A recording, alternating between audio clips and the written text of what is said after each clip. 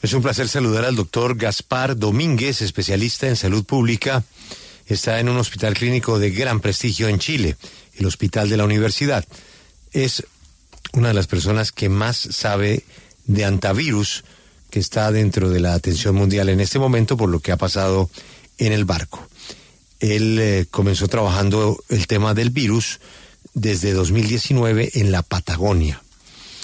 Hay una cifra que nos muestra en Chile que el antivirus es endémico. Ha confirmado 39 casos de esta enfermedad en lo que va corrido de este año y han muerto 13. Es decir, tiene una letalidad del 33%. Doctor Domínguez, gracias por estar con nosotros. Le saludo de la cadena Caracol de Colombia. Nuestra cadena hermana en Chile es ADN. Bienvenido. Hola, muy buenos días. Un gusto estar con ustedes.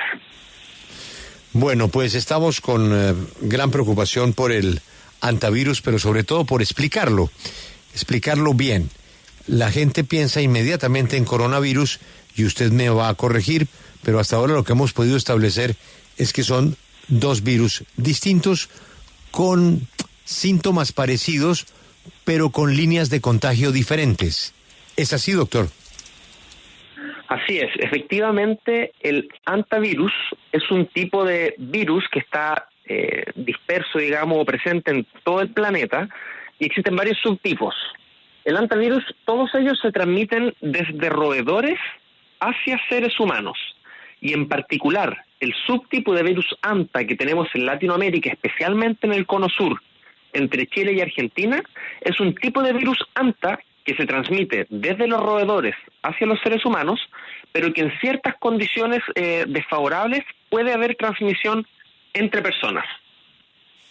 Doctor. Y en ciertas condiciones desfavorables, puede haber transmisión entre personas. Y eso es aparentemente lo que habría ocurrido en este barco, que es lo mismo que pasó en Chile a finales del año 2018, donde tuvimos una persona que se contagió desde un roedor y se generó un brote bien grande de transmisión entre personas.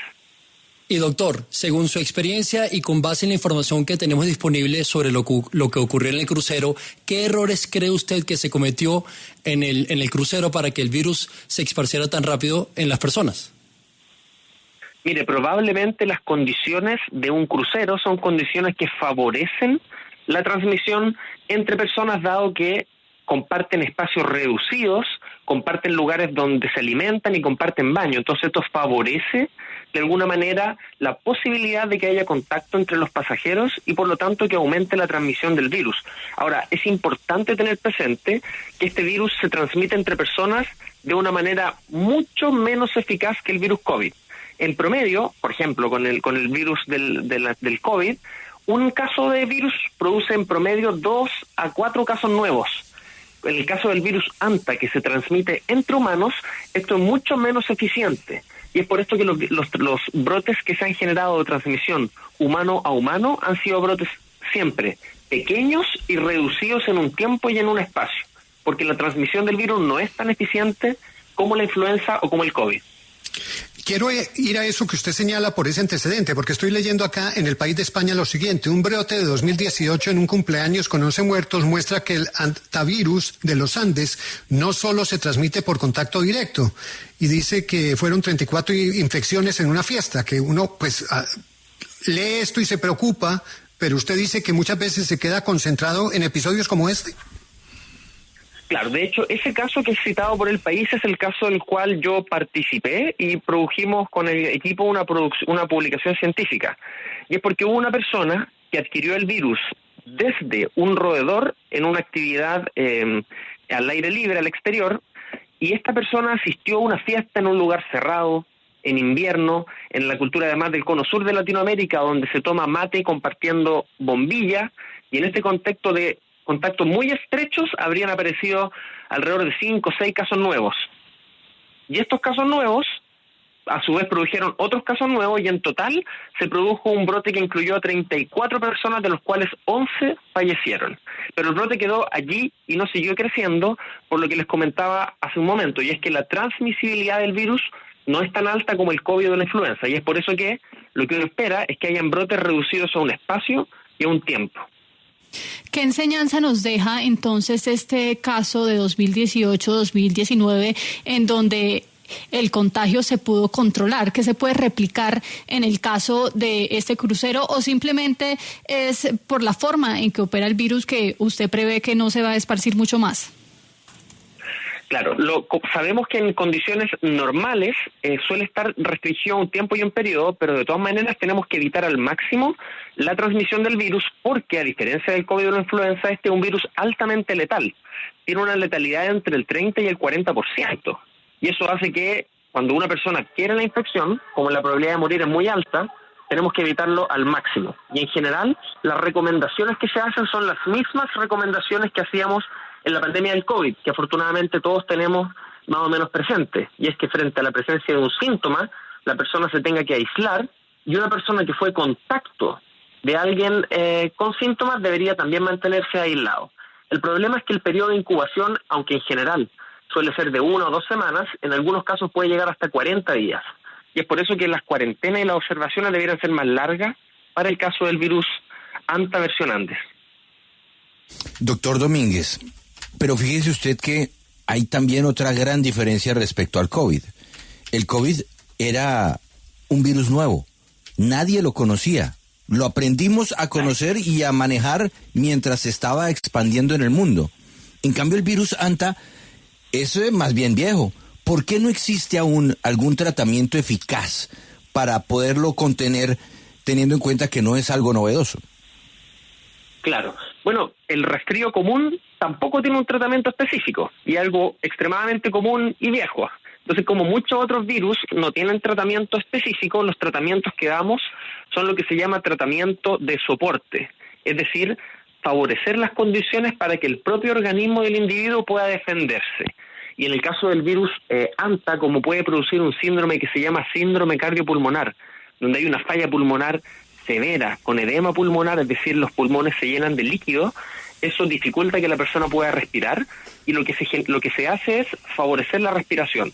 En principio con oxígeno, en el peor de los casos con ventilación mecánica conectada a un dispositivo que ayuda a respirar, y en el peor de los casos cuando el pulmón tiene tanto líquido que ni siquiera la ventilación mecánica permite oxigenar al individuo, es que se usa un dispositivo que se llama ECMO, que es una máquina, la verdad, que se ocupa a veces en cirugías cardíacas, que lo que hace es sacar la sangre del cuerpo del individuo, oxigenar la sangre en este aparato y la sangre oxigenada devolverla al cuerpo del individuo hasta que el pulmón recupere la capacidad de oxigenar el organismo por sí mismo.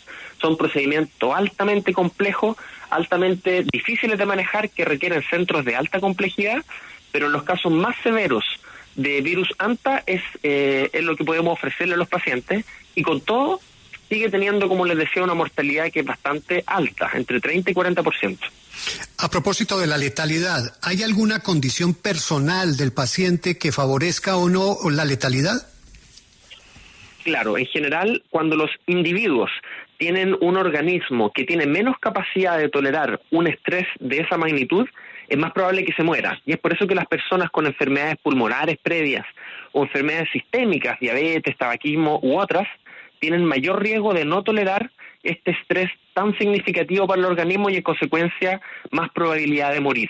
Entonces, para todos estos efectos yo diría que se parece bastante a lo del COVID, y por eso la mayoría de la población está familiarizada con las medidas de prevención, lavado de manos, etiqueta respiratoria, uso de mascarilla, aislamiento de casos sintomáticos, y en el caso que hayan síntomas, dar tratamiento de soporte, sabiendo que las personas que tienen enfermedades crónicas, tienen mayor edad o tienen situaciones que los desfavorecen del punto de vista de la capacidad de resistir a un estresor, son personas que tienen más riesgo de morir.